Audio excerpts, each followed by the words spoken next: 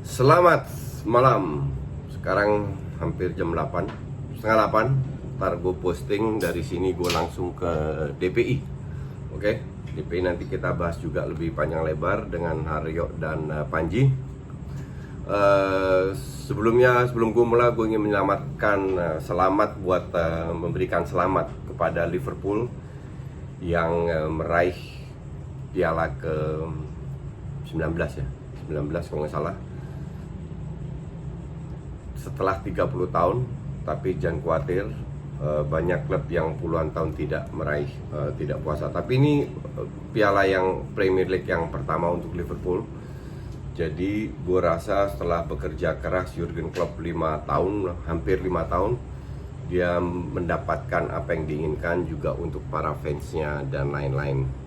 Tapi kita lihat lagi sehebat apa Jurgen Klopp dan kenapa Liverpool dengan bisa meramu membuat tim ini, let's say 3 tahun terakhir lah, itu mendominasi. Walaupun kali ini baru menjadi juara, tapi kan juara itu banyak faktor lucknya juga ya. Jadi kita lihat, sebenarnya gue, kalau lo ikutin gue dari dulu di Twitter terutama dan di YouTube, udah berkali-kali gue bilang bahwa gue suka dengan Jurgen Klopp karena dia benar-benar tidak selalu, tapi hampir selalu bermain menyerang, entertain, dan bermain bagus. Cuman di setiap tim, di Mainz, di Dortmund, dan sekarang Liverpool, dia punya beberapa strategi yang berbeda. Inilah kenapa Liverpool tidak hanya dari seorang pelatih tidak bisa membuat tim ini juara. Dia butuh manajemen yang bagus. Oke. Ada klub yang mencari pelatih hanya berdasarkan CV.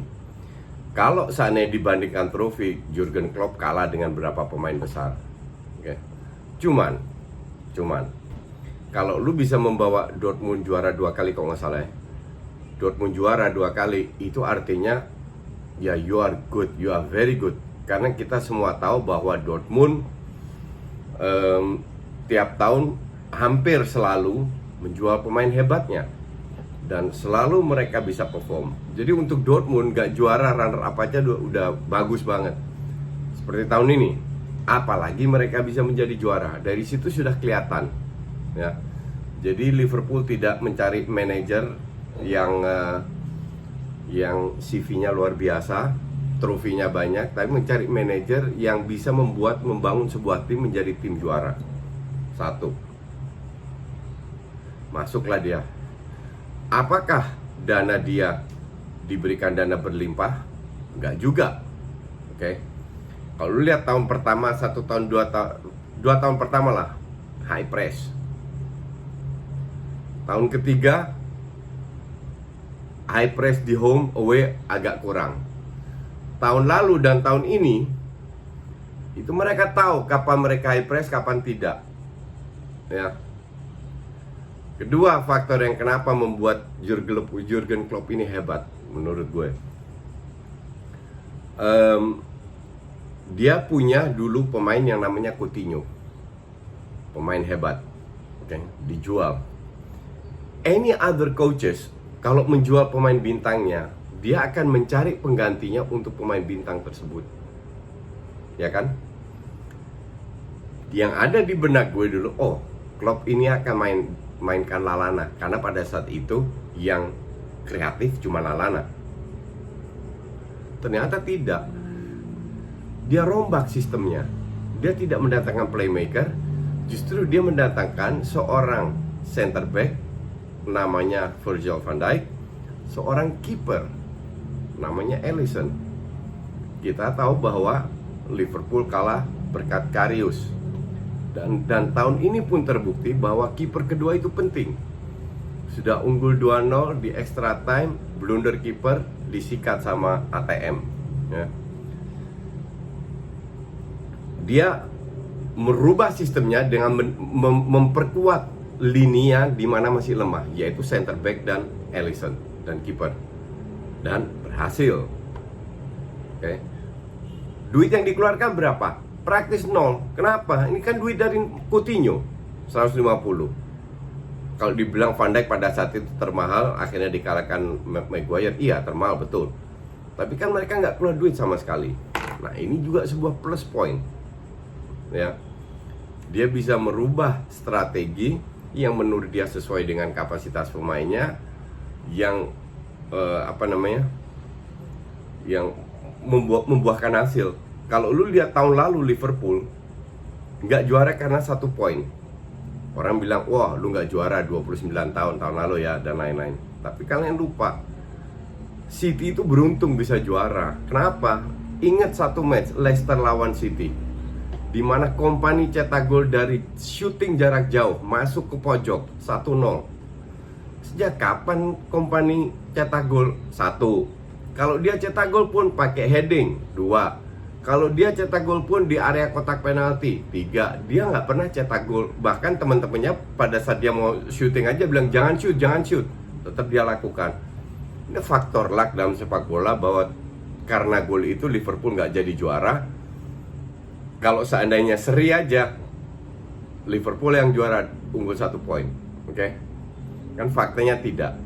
Nah, jadi bukan berarti mereka jelek, tapi mereka menjuarai Champions League. Di situ pun ada tahu, ini tim luar biasa. Tren ini dari tahun ketiga, keempat, kelima ditingkatkan sampai sekarang menjadi juara. Dan juaranya itu nggak tanggung-tanggung. Beda berapa? 17, 20 poin. 20 poin, 23 poin. 23 poin. Kan udah gila tuh juara dengan 23 poin. Masih ada 7 match to go. Kalau nggak salah ya, 7 match to go.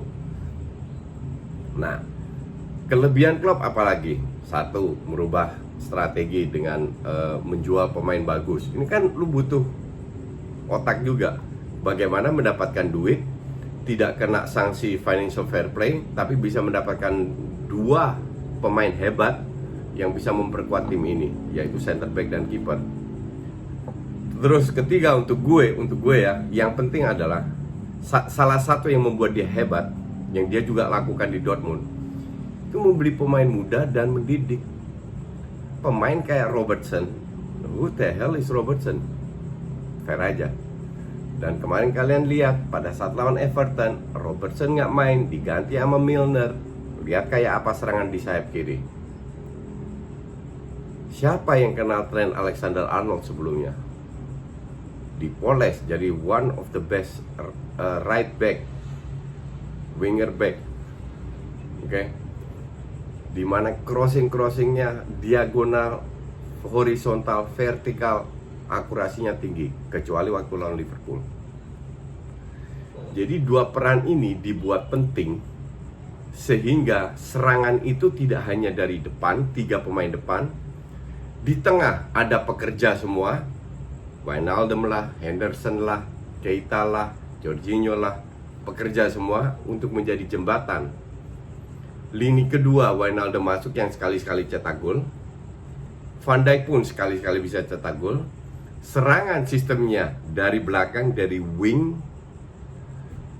sama kerjasama antara 2 center back dan DM yang bagus. Kalau ini pun jebol, masih ada Alisson.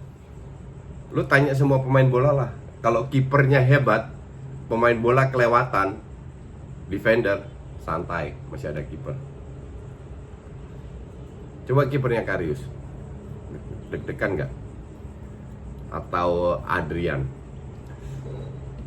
Ya, jadi dia mampu membuat tim ini lebih solid dari tahun lalu kelihatan, dan tahun ini juara. Sayangnya berkat kembali lagi kiper cadangan, mereka nggak lolos Champions League. Oke? Ini yang kita harus apresiasi. Inilah hebatnya Liverpool, beda dengan klub lain yang hanya mendatangkan pemain. Bahkan City, lihat City, pemainnya bintang semua yang didatengin, yang sudah jadi semua. Walaupun mereka dapat, nggak gampang juga kelola pemain bintang. Oke, belum tentu dia bisa adaptasi juga, tapi bisa dapat dua trofi La Liga. Untuk gue itu prestasi luar biasa yang dilakukan oleh Klopp. Oke, bukan artinya oh ya pemainnya hebat, cuma lu kira para ego ini gampang untuk disatukan. Tapi Klopp mencari cara lain. Keempat, strateginya seperti apa? Sepak bola modern yang dilakukan oleh Chelsea lebih ke direct ya. Tapi kalau Chelsea pegang bola terakhir lawan Aston Villa juga kiri kanan passing-passing lah. Klopp enggak. Klopp banyak horizontal dari kiri ke kanan long ball. Kenapa? Karena pada saat melakukan long ball itu lebih cepat daripada passing ke tengah-tengah ke samping. Oke. Dengan lebih cepat 1-2 detik dia mendapatkan space lebih banyak untuk melakukan penetrasi ke area lawan. Kalau passing-passing, defender masih bisa geser. Passing cepat tetap mendapatkan space. Tapi kalau crossing begitu cepat sehingga mereka menguntungkan 3-5 meter didapatkan untuk melakukan penetrasi. Dan dia sulap semua, memberi porsi bermain, positioning, timing, kapan mereka itu paham semua. Dan itu memang butuh waktu, butuh proses yang dilakukan. Itulah yang 4 faktor penting itu yang membuat Klopp dan manajemen Liverpool harus diakui mereka juga hebat menjadi juara. Dan 2-3 tahun ke depan feeling gue tidak selalu juara tapi pasti mendominasi. Juara belum tentu. Yang jelas Klopp juga menunjukkan dia hanya manusia yang ada kekhilafahnya. Nah, beli Minamino itu kekhilafan nomor 1. Kedua juga si Adrian kiper cadangan.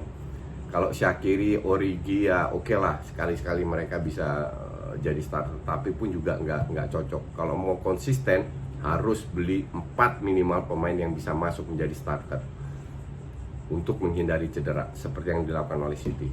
Oke? Itu dulu untuk Liverpool. Selamat sekali lagi. Thank you.